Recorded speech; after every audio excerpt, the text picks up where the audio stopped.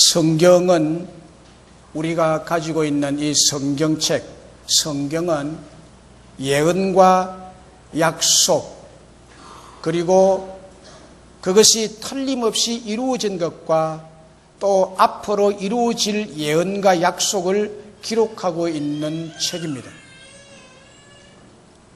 그 중에 중요한 사실은 예수님께서 2번 오신다는 예언과 약속입니다. 한 번은 인류를 구원하기 위해 종과 죄인의 모습으로 오신다고 했습니다. 그 예언과 약속대로 베들레헴 땅에 약 2000년 전에 오셔서 33세에 십자가를 지시고 죽으셨다가 3일 만에 다시 살아나신 부활의 주님이 되셨습니다. 그리고 부활하신 예수님께서 40여일을 제자들과 함께 계시다가 성천하셔서 하늘나라인 천국의 보좌에 지금 앉아 계십니다. 그리고 성천하실 때 내가 다시 오리라, 내가 다시 올 것이다 라고 재림의 약속을 하셨습니다.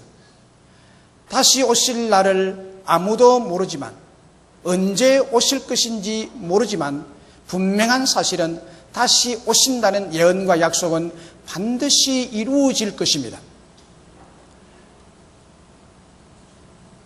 그럼 왜 다시 재림을 하실까요? 왜 예수님이 다시 오실까요? 처음에 오신 예수님은 인류를 구원하기 위해서 오셨지만, 다시 오실 예수님은, 재림하실 예수님은 만왕의 왕으로서 온 우주를 다스리시는 만주의 주님으로서 이 세상의 모든 사람을 심판하기 위해, 모든 사람을 심판하기 위해 심판주로 오실 것입니다. 이 심판을 받는 것에는 한 사람도 예외가 없습니다. 하나님의 심판주 앞에 모든 사람이 빨가벗은 채로 서야 됩니다. 살아있는 자와 죽은 자, 의인과 악인, 알곡과 가라지, 믿는 자와 불신자, 양과 염소를 구분하여 심판하실 것입니다.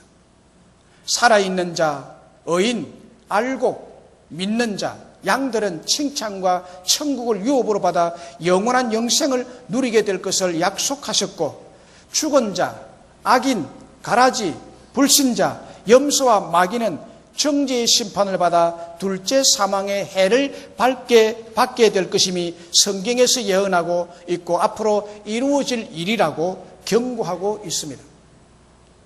이런 점에서 보면 마태복음 25장의 말씀은 예수님께서 심판의 주님으로 오셔서 심판하실 일에 대해서 비유를 들어 말씀하고 있습니다. 앞으로 있을 심판에 대해서 심판주가 되셔서 이 땅의 마지막 날에 오셔서 심판할 것을 말씀하고 있습니다. 그래서 마태복음 25장을 종말장이라고 말합니다. 그 심판에 대해서 3가지를 비유로 들고 있는데, 첫 번째는 지혜로운 5 처녀와 미련한 5 처녀를 비유로 말하고 있습니다. 마지막 날에 어떤 현상이 일어날 것인가에 대해서 비유로 말씀하는데 10처녀 비유죠. 두 번째는 달란트 비유로서 5달란트와 2달란트와 1달란트를 맡긴 주인과 종의 비유를 들어서 마지막 날에 주님은 이렇게 심판하실 것이라는 것을 말씀해 주고 있습니다. 세 번째 비유는 양과 염소의 비유로서 양은 오른편에 천국에 들여갈 사람들이고 염소는 왼편 지옥에 던져져서 심판하실 것이라는 말씀을 하고 있습니다.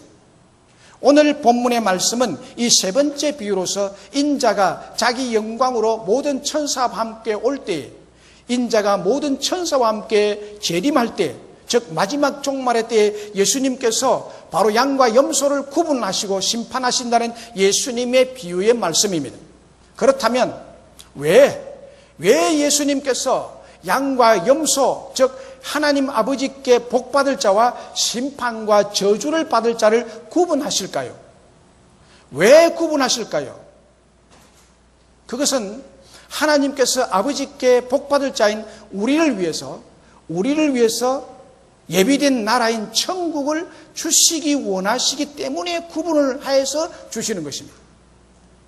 천국을 주시기 위해서 구분하십니다.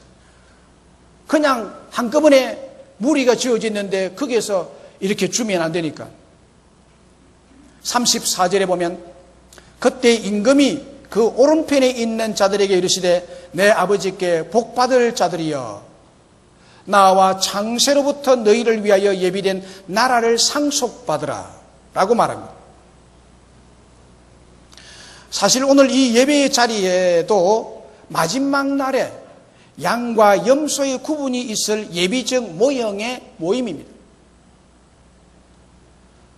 양은 구분이 되어서 이 자리에 오게 됐고 주일날에 구분이 된 거예요. 지금 염소의 무리와 양의 무리가 하나의 모형적인 그림자죠. 오늘 여기에 모여 하나님 아버지께 예배드리는 양무리인 우리들에게만 천국을 주시기를 원하셔서 구분하신다는 말씀입니다. 왕이신 하나님 아버지의 오른편에 있는 양들을 향하여 내 아버지께 복받을 자들이여 라고 말합니다. 내 아버지께 복받을 자들이여 라고 말하고 있는 이 문구는 감탄을 하고 있는 문구입니다. 정말 복을 받아서 마땅한 자들이여 라고 하고 있습니다. 오른편에 있는 양무리들은 하나님 아버지께 복받기에 합당한 자라고 너무 기뻐하신다는 이미지를 이 문장에서 느낄 수가 있습니다. 하나님이 참 기뻐하신다. 복받을 자들이라고. 너희들이 정말 복받을 자들이다. 정말 복을 받아 마땅할 만큼 정말 잘 살았다. 양무리들에게 감탄하면서 말씀합니다. 그리고 축복을 말하는데 나와서 창세로부터 너희를 위하여 예비된 나라를 상속받으라. 예비된 나라, 곧 천국을 말합니다. 천국을 선물로 축복으로 주신다는 것입니다. 내 아버지께 복받을 자들이여 라고 말씀을 하고 난 바로 뒤이어서 나오는 말씀을 우리는 좀 더 자세히 볼 필요가 있습니다. 이 천국을 우리에게 주시기를 얼마나 원하셨던지 거기에 자세히 보면 아버지께서 친히 언제부터 준비한 천국인가 하면 창세로부터 미리미리 우리를 위하여 하나님의 나라의 천국을 예비하고 준비해 놓으셨다고 합니다. 창세로부터 준비된 나라입니다. 그냥 급작스럽게 만들어서 보니까 필요하네 그래서 급작스럽게 만들어서 주는 것이 아니고 그냥 임시 건물로 여기 있으라 하고 준 것이 아니라 얼마나 하나님이 양무리에게 이 하나님의 나라를 주고 싶었던지 창세로부터 이것을 예비한 나라라고 말합니다. 오래전부터 여러분을 위해서 여러분이 가서 있을 천국을 위해서 양무리들을 위해서 이 천국을 그때부터 예비한 나라라고 말합니다. 할렐루야. 얼마나 주고 싶었으면 그랬을까요? 억지로 주는 것은 감춰놨다가 시간이 돼가지고 억지로 내놓는 것이 억지로 주는 거죠. 그런데 미리 내놓는 것은 내놓고 싶어서 주고 싶어서 그러는 거거든요. 미리 준비해 놓은 나라 천국입니다. 양들에게 이 천국을 주겠다. 오른편에 있는 양무리에게. 지난 주일에 우리가 생각한 대로 천국은 로마서 14장 17절의 말씀대로 의와 평강과 희락이 있는 나라라고 말합니다. 하나님의 나라는 오직 성령 안에서 의와 평강과 희락이다. 천국은 영원한 희락, 영원한 기쁨, 영원한 행복, 영원한 기쁨이 넘치고 또 그것을 누리는 곳이 천국이라고 이미 말씀을 드렸습니다. 또 천국은 눈부시게 빛나고 너무너무 아름답고 보석과 극히 값진 진주로서 꾸며진 나라, 그 나라가 너무너무 아름다운 곳이라고 했습니다. 천국은 너무 아름답고 기쁜 나라입니다. 할렐루야. 예수 그리스도를 믿고 영접하고 그분을 경배하는 모든 하나님의 백성들은 이 아름답고 이 놀라운 천국에 가서 영혼을 보내게 될 것인 줄로 믿습니다. 요한계시록 21장 18절 21절에 그 성곽은 백옥으로 쌓였고 그 성은 정금인데 맑은 유리 같더라. 그 성의 성곽의 기초석은 각색 보석으로 꾸며졌는데 그 12문은 12진준이 각 문마다 한 개의 진주로 되어 있고 성의 길은 유리 같은 정금이더라 라고 말합니다. 성의 길, 하나님 나라의 도로는 아스팔트로 혹은 시멘트로 포장이 되어 있는 것이 아니라 정금으로 포장이 되어 있다는 거예요. 정금이 너무나 100% 순금으로 이렇게 되어 있기 때문에 그것이 유리바다처럼 아주 맑게 누런 황금길이 되어 있다는 얘기예요. 얼마나 천국이 아름다운지, 이 지상에서 그렇게 아름다운 나라일지라도, 아름다운 풍경을 가졌을지라도 보석으로 꾸며진 천국만큼 그 아름다운 나라가 없는 것입니다. 이 천국을, 이 아름다운 천국을, 이 기쁨과 감격이 있고 희락이 있고 평강이 있고 행복이 있는 이 나라를 우리에게 주시기 위해서 언제부터 준비를 하고 예비하셨는가 하면 창세로부터 예비된 나라라고 말합니다. 창세로부터 예비된 나라. 얼마나 하나님이 이것을 우리에게 주고 싶었던지.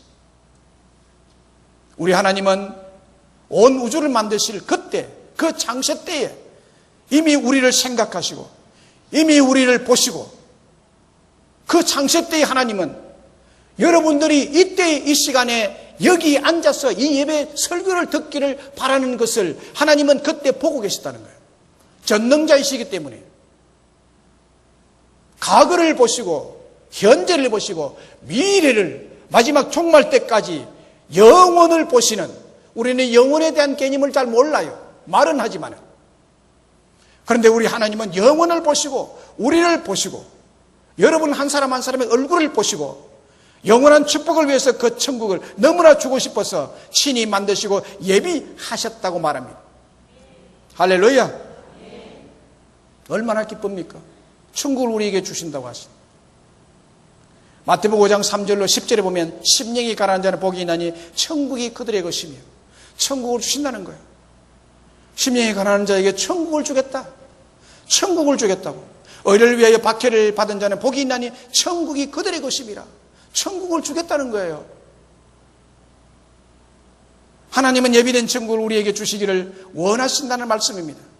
좀 간접적인 말씀이지만 마태복음 5장 8절에도 마음이 청결한 자는 복이 있나니 그들이 하나님을 볼 것이며, 하나님을 본다는 것.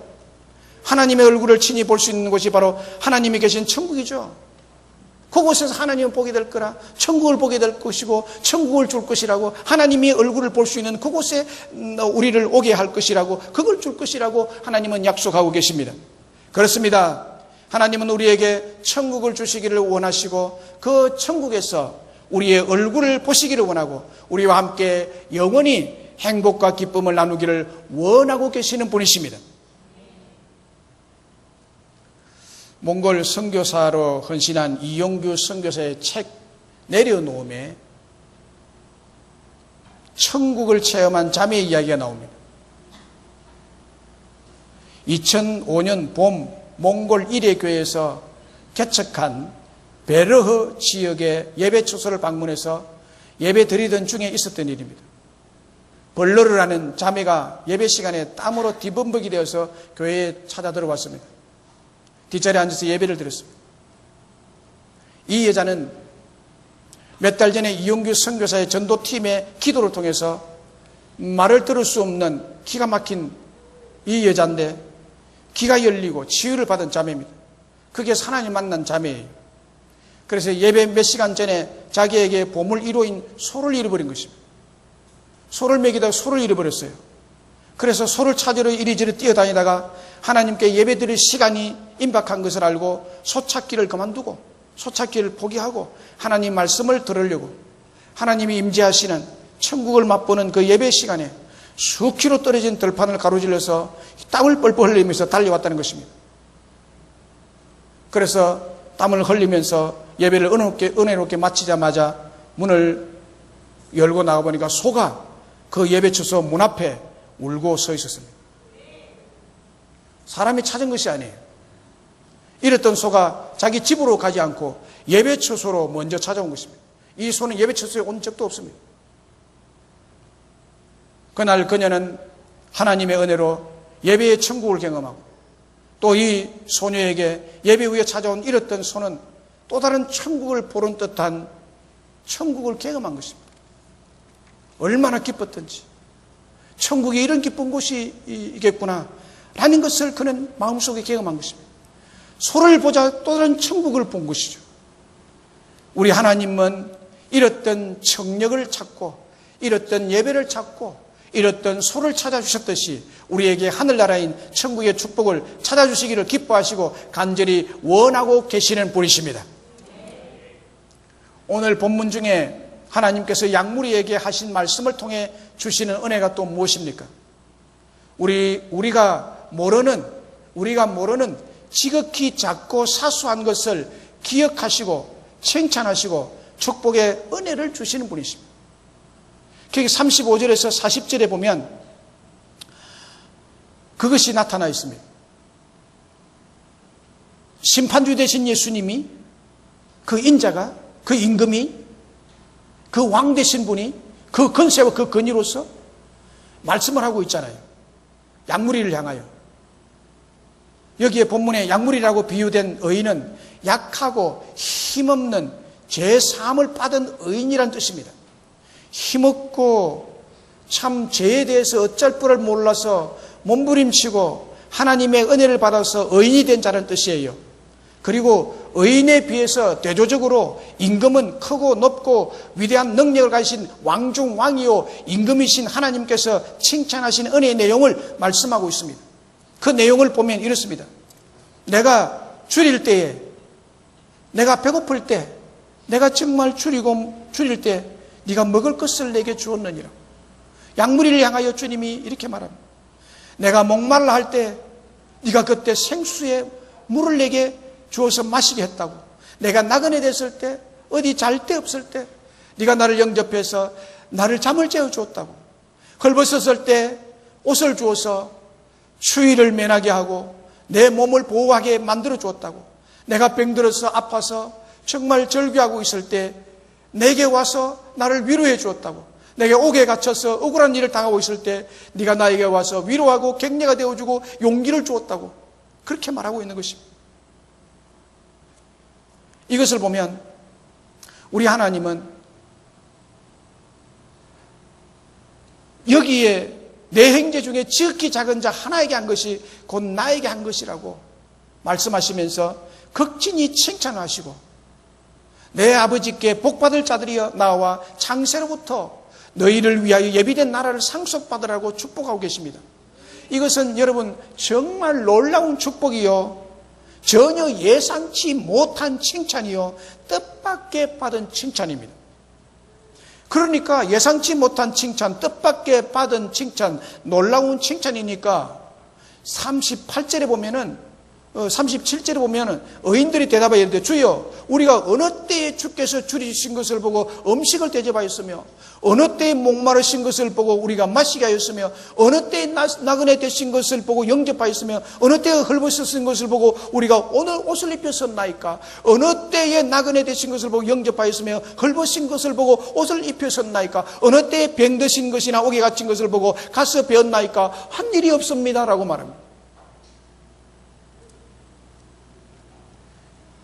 한 일도 잊어버리고 모르는 일을 우리 주님은 기억하고 계셨다는 거예요. 이것을 기억해서 칭찬하고 계십니다. 하나님의 기억력은 틀림이 없으신 기억력이십니다. 가물가물해서 헷갈리는 게 아니에요. 우리는 오래전의 일은 잊어버리잖아요. 우리 주님은 잊지 아니하시고 사소한 칭찬거리도 놓치지 않으시고 다 기억하시고 빠짐없이 챙기시고 기억하시는 참 좋으신 임금 되신 하나님이십니다. 천국에 가면 3번 놀란다고 하잖아요. 천국에 가면 3번 놀란다 그래요. 첫 번째 놀라는 것은 꼭 천국에 분명히 올 것이라고 생각한 사람이 천국에서 보이지 않는다는 것에 놀란다는 거예요. 이상하다, 그 사람이 안 보여. 너무너무 놀란다는 거예요. 두 번째는 천국에 못 올 것 같은 사람이 천국에 와 있다는 것 때문에 또 크게 놀란대. 어떻게 당신이 왔느냐고. 세 번째 놀라는 것은 내가 천국에 와 있다는 사실에 감격하며 놀란다는 것입니다. 여러분, 천국은 인간의 판단이나 인간의 힘으로나 지혜로 소유할 수 있는 것이 아님을 비유로서 말씀하는 거죠. 사랑하는 여러분, 여러분 모두가 천국에서 우리 서로 얼굴을 마주 보고 천국에서 영원한 기쁨과 행복을 누리시는 자들이 되시기를 주의 이름으로 축복합니다. 천국은 하나님의 전적인 은혜로 받게 되는 것이고 누리게 되는 축복입니다. 내가 염소가 아닌 양이 된 것도 내 공로나 내 노력으로 된 것이 아니라 전적인 하나님의 은혜요, 하나님의 절대 주권으로 된 하나님의 역사입니다.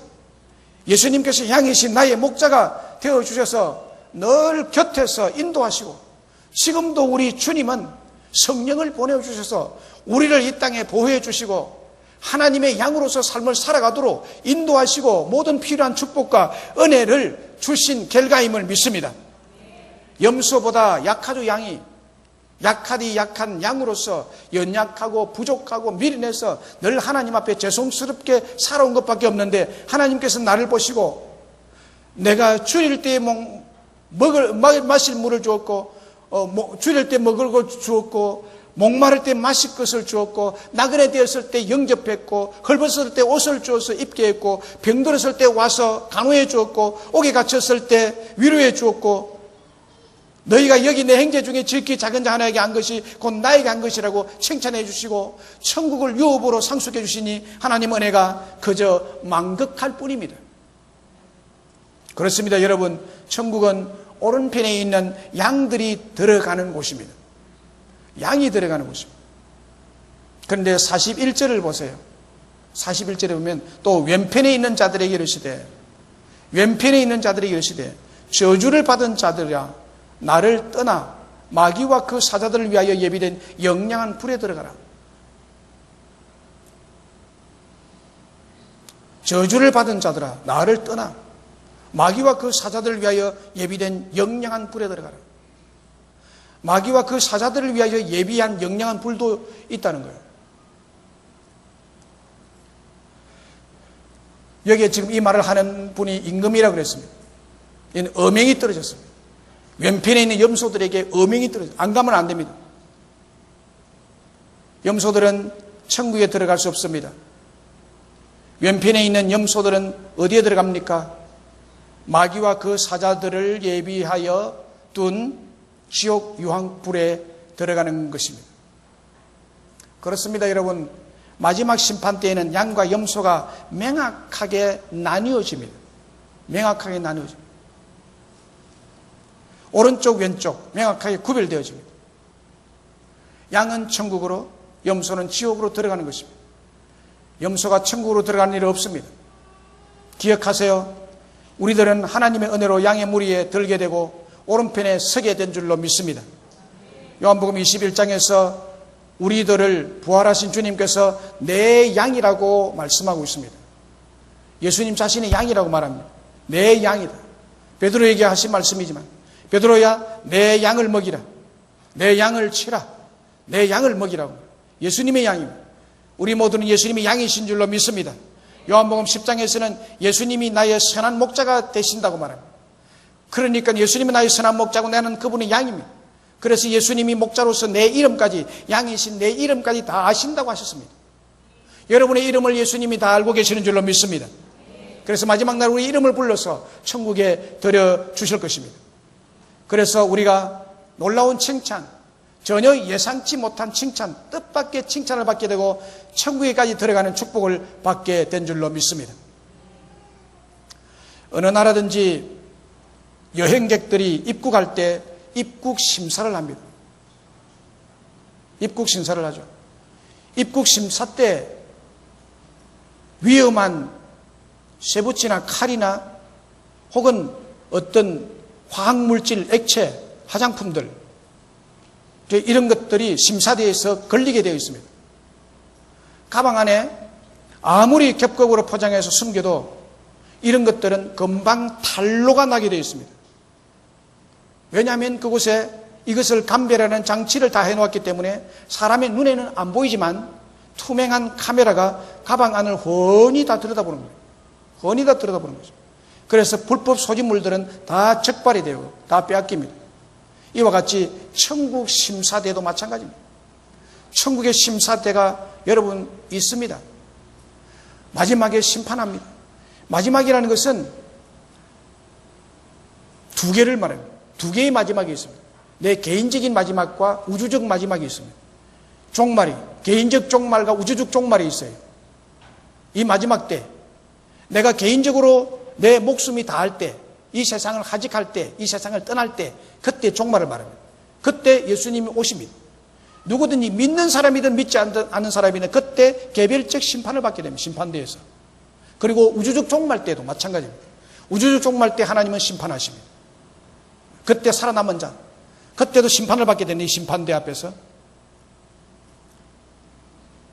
천국 심사대는 염소들은 다 불법 소지자들로 천국 검열대에서 다 차단당하는 것입니다. 이 차단은 정확하게 가려냅니다. 이 자리에도, 지금 이 자리에도 우리의 육안으로는 누가 염소인지 누가 양인지는 우리는 모릅니다. 우리가 만약에 여기서 이 목사인 제가 너는 양이다, 너는 염소다 해가지고 좌우로 가를 수가 없습니다. 누가 양인지 누가 염소인지 저는 가를 수 없습니다. 그러나 우리 하나님은 엑스레이 카메라처럼 정확하게 갈라냅니다. 이 땅에서 미립국이 간혹 성공할지 몰라도 천국은 절대 미립국자가 있을 수가 없습니다. 완벽하게 차단되는 곳입니다. 완벽하게 구분이 지어지는 심판이 행하여집니다. 사랑하는 여러분, 천국에 들어가는 구원을 오해하지 않으면 좋겠다는 마음이 이 설교자의 마음입니다. 여러분들이 천국 들어가는 것이 어떤 것인지 오해하지 않았으면 좋겠습니다. 염소는 절대로 천국에 들어갈 수가 없다는 것입니다. 오직 양들만 천국 심사들을 통과하여 들어갈 수 있는 곳이 천국입니다. 할렐루야. 요한계시록 21장 12절에 크고 높은 성곽이 있고 12문이 있는데 문에 12천사가 있고 그 문들 위에 이름이 썼으니 이스라엘 자손 12지파의 이름들이라. 12지파의 이름들을 따라서 그 문을 통과해서 천국으로 들어가게 된다는 얘기예요. 12문에 12천사가 철통같이 천국 문을 지키고 있는데 불법자들은 결코 들어갈 수 없고 오직 양들만이 들어갈 수 있는 곳이라고 말씀하고 있습니다. 그렇다면 천국에 들어가는 양은 어떤 사람일까요? 어떤 사람입니까? 양에게 이 천국을 주기 위해서 창세 때부터 천국을 준비해서 준다고 했는데 그리고 사소한 것까지 기억해서 칭찬을 극진하게 했습니다. 칭찬을 그렇게 했어요. 누구냐 이 사람? 이 양이 누구냐는 거예요. 그래서 이걸 잘 알고 천국 가는 신앙생활 하시기를 바랍니다. 괜히 믿는답시고 오늘 어디 놀러 갈 시간에 놀러 안 가고 이 자리에 앉아 있는 것은 시간 낭비잖아요. 천국도 못 갈 사람이. 안 그래요? 천국을 갈 사람이라 여기 앉은 것이 의미가 있죠. 이해가 되시면 아멘. 동의하시면 아멘. 천국 못 사람이 여기 앉아 있으면 뭐예요? 시간 낭비지. 차라리 가서 뭐 놀다가 지옥 가는 게 낫지. 놀지 못한 것만큼 손해잖아. 놀고 지옥 가야지. 갈 빼는. 그러잖아요. 그래서 여기 앉은 예배의 시간 1시간이 의미 있는 시간이 되기를 저는 바랍니다. 정말 천국과 연결된 시간이 되어야 되는 거예요. 그럼 그 사람이 누구냐는 양이 어떤 사람입니까? 46절에 그들은 영벌에 의인들은 영생에 들어가리라. 의인들이 영생에 들어가리라. 양은 의인이란 말이에요. 의인들이 영생에 들어간다는 거예요. 양이 영생에 들어간다고 했으니까 그러면 양과 의인은 같다는 거죠. 양들은 의인들인 것을 알 수 있습니다. 곧 의인들은 하나님의 자녀들, 성도들, 예수 믿고 구원받은 자들을 가리킵니다. 곧 의인들이 천국으로 들어간다는 거죠. 반대로 염소들은 악인들이라는 것입니다. 악인들인데 이들은 십자가의 죽음의 도를 받아들이지 않고 자기만 살려고 하는, 그래서 교회를 오더라도 자기가 죽는 죽음의 도를 전혀 의식하지 아니하고 펄펄 살아가지고 교회에서 신앙생활 하는 자들을 말합니다. 잘 기억하세요. 저는 성경 해석자입니다. 그래서 십자가의 죽음의 도를 받아들이지 않았던 그 대가로 영벌을 받는 곳에 들어가는 것입니다. 오늘 본문에서 얼핏 보면 양과 염소 구별되는 기준점이 작은 자에게 한 것이다 라고 생각하는데 그게 아니에요. 뭐냐면 양들의 삶은 믿음과 함께 행함이 동반된다는 것입니다. 행함이 반드시 동반된다는 거예요. 행함이 없는 것은 믿음이 아니다는 거예요. 믿는다고 자신은 이야기할지 몰라도 아니다는 거예요. 하나님의 기준에서는 아니다는 거예요. 이 믿음과 천국 들어가는 하나님 내 기준에서 생각할 것이 아니에요. 하나님의 기준에서 생각해서 그것을 받아들여야 되는 겁니다. 그걸 받아들여야 되는 거예요. 그래서 이 양들, 의인들, 천국에 들어갈 사람들의 삶은 자기가 믿는다고 하는 것과 행함이 같이 연결되어서 동반되어서 동시에 나타난다는 거예요. 이런 자가 천국에 들어간다는 거예요. 양의 삶을 들여다보면 작은 자들에 대한 태도가 어떠합니까? 목마른 자들에 대해서, 배고픈 자들에 대해서, 헐벗은 자들에 대해서, 병든 자들에 대해서, 감옥에서 고생하는 자들에 대해서 그냥 넘어가지 않는다는 뜻입니다. 그냥 안 넘어가요. 그들에 대해서 긍휼과 자비, 사랑을 베푼다는 거예요. 행동으로. 사랑을 베푼다. 이게 없는 사람 믿는다고 하지만 헛일이에요, 여러분. 행함으로 구원받는 것이 아니라 구원받은 사람은 행함이 따라온다는 거예요. 행함이 따라온다는 거예요. 행하지 않고 말만 무성한 것은 아니에요. 그 행함이 없고 말만 무성한 사람은 주로 좋은 말을 하는 것이 아니라 천국에 대한 좋은 말을 하는 것이 아니라 꼭 비판을 하는 거거든요. 그 예수 믿는 사람은 입만 동동 떠가지고 입 요것만 떠가지고 천국 간다고 그래요. 말은 얼마나 잘하는 거예요.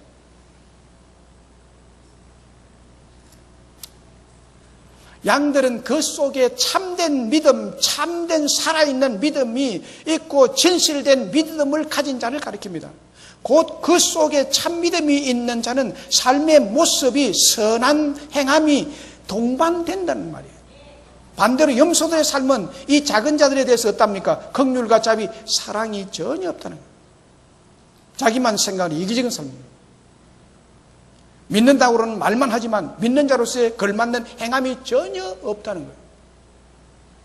곧 염소는 그 속에 믿음이 있는 것 같지만 사실은 믿음이 없는 자라는 것입니다. 믿음으로 사는 자처럼 보였지만 사실은 그 속에 믿음이 없었던 것이고 그저 맹목상 그리스도인, 종교인이 불과했던 것입니다. 종교인이 불과했던 것입니다. 야고보서 2장 14절 26절에 보면 믿음의 세 가지 종류를 말하고 있습니다. 믿음의 종류가 이런 종류가 있다. 여러분 잘 보세요. 여러분들이 진짜 양에 속한 믿음인지 그래서 천국 갈 믿음인지를 이 시간에 한번 점검해 보면 좋겠다는 생각입니다. 그저 하나님의 은혜로 받은 자들만 생각하면 안 되는 거예요. 하나님은 사랑의 하나님이고 긍휼의 하나님이고 모든 것을 덮어주고 죄를 다 사해 주시는 하나님이시지만 심판의 하나님이시라는 것을 말씀하고 있는 거예요. 먼저 행함이 없는 믿음을 야고보서 2장 14절 26절에 말합니다. 행함이 없는 믿음, 행함이 없는 믿음. 행함이 없는 믿음은 죽은 것이니라. 아무것도 아니니라. 헛것이니라. 영혼이 없는 사람이 죽은 것 같이 행함이 없는 믿음도 죽은 것이라. 우리의 믿음의 생활에서 사람의 생명을 주도하는 것이 영혼인 것처럼 신앙생활의 생명은 행함입니다. 라는 것입니다. 할렐루야! 행함이 없는 믿음은 구원을 받지 못하는 믿음이고 자기 자신이 믿음이 있다고 오해하게 만들고 자기 자신을 속이는 심리적인 현상에 불과한 것입니다. 많은 사람들이 이 믿음에 속고 있습니다. 이런 인물들 중에 대표적인 사람들이 가룟 유다와 바리새인들과 서기관들이었습니다. 오늘날 한국교회에 정말 거듭나지 못하고 종교인으로서 바리새인들이 참 많습니다. 저는 한국교회 모든 성도들이 양무리가 되었으면 참 좋겠습니다. 그렇게 바라는 사람입니다. 양무리들이 모여서 하나님의 교회를 이룰 때 양들의 번식은 대단한 것입니다.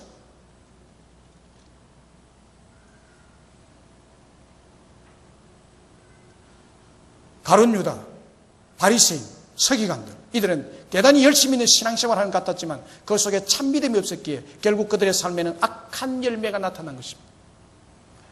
양들 속에 있었던 염소들이었습니다. 자기 정체를 모르고 양들을 보니까 자기도 양인 줄 알고 양이네 나도 양인갑다 이렇게 오해를 하고 착각을 하고 살았던 자들입니다. 그러나 그 열매는 매우 악했습니다. 뿔 가지고 막 들여다봤죠. 염소의 특징은 뿔이 나 있다는 거예요. 공격성이 있다는 거예요. 늘 양들을 공격해요. 양들. 뿔을 가지고. 믿는다고 하지만 뿔을 가지고 들떠 받는 사람들. 두 번째 믿음은 귀신의 믿음이 있다고 말합니다. 귀신의 믿음. 야고보서 2장 19절에 네가 하나님은 한 분이신 줄을 믿느냐? 잘하는도다. 귀신들도 믿고 떠느니라. 여러분, 귀신이 하나님 없다고 부인 안 해요. 귀신도 하나님이 계신 것을 믿습니다. 하나님이 세 분이나 네 분이 아니라 한 분인 것을 믿고 뜹니다. 하나님이 두 분, 세 분 되면요, 마귀 귀신은요, 딱 귀신같이 그 사이에 딱 끼어들어가지고, 이간해가지고, 신들끼리 싸워서 서로 멸망하게 만들어버리고, 귀신 자기가 왕도로 달려고 듭니다. 그런데 왜 귀신이 믿고 떠느냐? 한 분이기 때문에. 이거는 이간도 할 수 없어. 하나님이 한 분이시기 때문에 귀신도 믿고 뜬다고 그랬어요. 귀신이 하나님이 한 분인 것을 믿는다고 그랬어요. 그런데 귀신의 믿음을 가진 사람이 있다는 거예요. 그것이 참된 믿음인 줄 알고. No! 오늘 이 자리에 예배 드리지 않으면 뭔가 불안할 것이고 뭔가 두려워서 예배에 나온 사람이 있습니까? 이거는 귀신의 믿음과 같은 종류의 믿음이 아닌가 생각합니다. 정말 내가 하나님의 자녀로서 양으로서 하나님 앞에 선한 마음과 사랑의 마음과 경배의 마음을 가지고 기쁜 마음으로 하나님을 경배하는 믿음이 아니라면 다시 재고해 봐야 될 믿음입니다. 귀신은 하나님이 한 분이서 믿지만 그의 삶에서는 하나님을 위한 것이 전혀 없습니다. 오히려 하나님이 나를 해치고 있는 자, 귀신들, 마귀, 사탄이 아닙니까? 하나님의 존재를 믿는다고 다 양이 가진 믿음, 천국 갈 믿음이 아니라는 것입니다. 그리고 참 믿음인 행함이 있는 믿음이 있다고 그랬습니다. 행함이 동반된 믿음이 참 믿음입니다. 말씀을 행하고 말씀에 순종하는 믿음이 참 믿음입니다. 할렐루야! 아브라함처럼, 엘리야처럼 하나님을 믿으면 그 믿음에 걸맞는 행함이 따라온다는 거예요. 애굽에 3,000년 된 밀씨가 있었습니다. 3,000년 된 밀씨. 이것을 발견했는데 이 밀을 심었더니 밀이 났어요. 이 밀이 났어. 왜냐? 생명이 있는 것은 심으면 나게 되는 거예요. 이것이 수천 년, 3,000년을 흘러도 그 속에 생명이 있으니까 땅에 떨어지니까 이게 밀이 그대로 싹이 난 거예요. 참 씨앗은 흙 속에 심으면 반드시 시간이 되면 싹이 나오게 되어 있고 죽은 씨앗을 심으면 그 속에 생명이 없기 때문에 싹이 나지 않습니다. 작년에 수확한 씨라도 그 속에 생명이 없으면 심으면 흙입니다. 모양은 씨지만 그 속에 생명이 없으면 심어도 흙것이에요. 그러나 3,000년이 흘러도 그 속에 생명이 있는 씨앗을 심었더니 이것이 낫다는 거예요. 살아있는 믿음과 죽은 믿음도 마찬가지입니다. 똑같은 원리입니다. 살아있는 믿음은 반드시 행함이 싹이 나오고 행함의 열매가 맺어지는 것입니다. 그렇습니다. 여러분, 본문은 양인지 염소인지 그들의 양인지 그들의 삶의 모습, 그들의 행위, 그들의 삶의 열매를 보면 알 수 있다는 것을 보여주는 것입니다. 참 믿음은 동전의 양면과 같습니다. 동전의 한 면이 아니라 동전의 양면이 있어야 진짜 동전인 것처럼 참 믿음은 진짜 믿음은 믿음과 함께 그의 삶과 행위가 같이 동반되어 나타나는 것입니다. 마태복음 7장 16절로 18절에 그의 열매로 그들을 알지니 가시나무에서 포도를 또는 영천기에서 무화과를 따겠느냐. 이와 같이 좋은 나무마다 아름다운 열매를 맺고 못된 나무가 나쁜 열매를 맺나니 좋은 나무가 나쁜 열매를 맺을 수 없고 못된 나무가 좋은 열매를 맺을 수 없느니라 그랬습니다. 좋은 나무는 아름답고 좋은 열매를 맺게 되어 있습니다. 포도나무에서 포도 열매를 맺는 것이고 예수 나무에서 예수 열매를 맺는 것입니다. 포도나무 비유에서 우리는 예수님의 나무에 가지로 붙어 있다 그랬어요. 예수 믿는 사람. 그래서 양은 예수 나무들입니다. 그래서 선하고 사람스럽고 어려운 예수 열매를 맺게 되어 있습니다. 여러분들 물어봅시다. 예수 믿으십니까? 열매는 무슨 열매를 맺고 계십니까?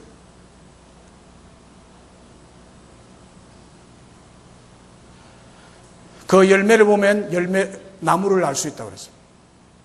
참 믿음이 있다면 크든 작든 선한 행위가, 의로운 행위가, 사랑의 행위가 삶 속에서 동반되고 나타나고 열매로 나타나는 줄로 믿습니다. 또 양의 특징 그 속에 사랑이라는 본성이 있습니다. 사랑이라는 본성이 있게 돼요. 새들은 태어나면서부터 하늘을 나는 본성이 있어요. 안 가르쳐줘도 조금만 크면 바로 날아갑니다. 물고기도 태어나면서부터 물에서 헤엄치는 본성이 있습니다. 예수님을 믿음으로 거듭난 자는 영적으로 출생하면서 그 속에 사랑의 본성이 따라서 같이 태어납니다. 예수님의 사랑을 가지고 같이 태어납니다. 그래서 예수 믿는 사람들은 믿음뿐만이 아니라 사랑의 행위도 같이 출생하는 것입니다. 이것이 영적 거듭남의 비밀인 것입니다. 신생아가 태어날 때 참 신비한 것이 있습니다. 그것은 태어나자마자 엄마 젖꼭지에다가 아기 입을 갖다 물리면 본능적으로 빱니다. 본능적으로 빱니다. 그거를 만약에 가르쳐가지고 학습시켜서 빨게 만든다면 이 아이 아마 먹기 전에 죽을 거예요. 먹기 전에 죽을 거예요. 뱃속에서 빨다 연습하다 나온 아이가 아니에요, 신생아는. 탯줄을 통해서 공급받다가 딱 나오면 바로 빨기 시작합니다. 누가 가르쳐 줬습니까? 누가 가르쳐 줬습니까?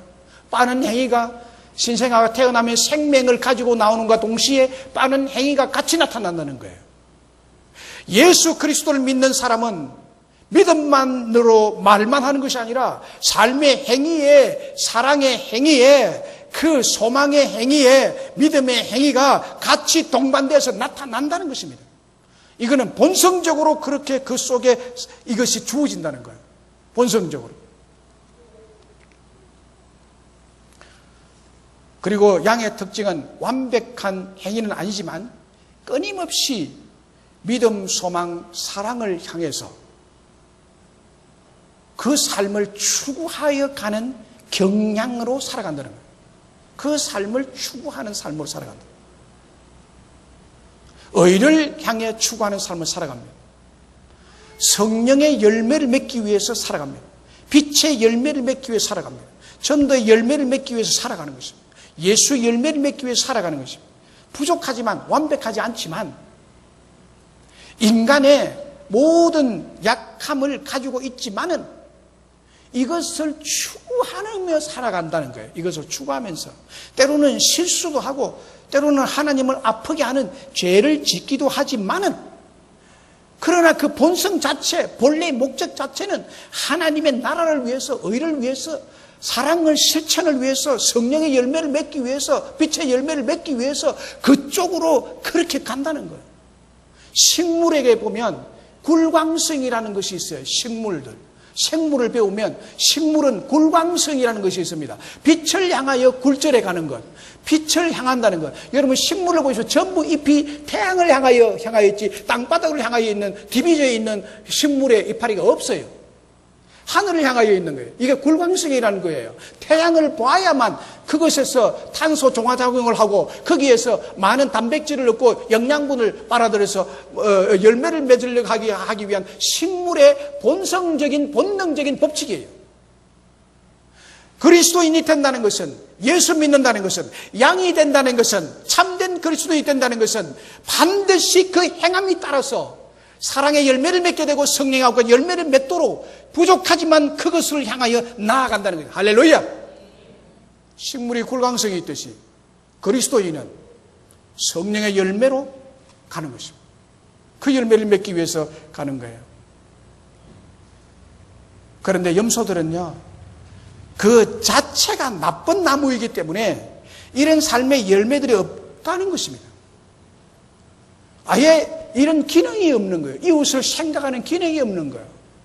교회는 어떻게 됐든지 말았든지 생각하는 기능이 없는 거예요. 나만 믿는다고 생각하면 된다고 생각하면 NO! 천국 가는 것을 그렇게 쉽게 오해하지 마십시오. 이 염소들은 이웃을 내 몸처럼 생각해야 되는 의지가 전혀 없는 자들입니다.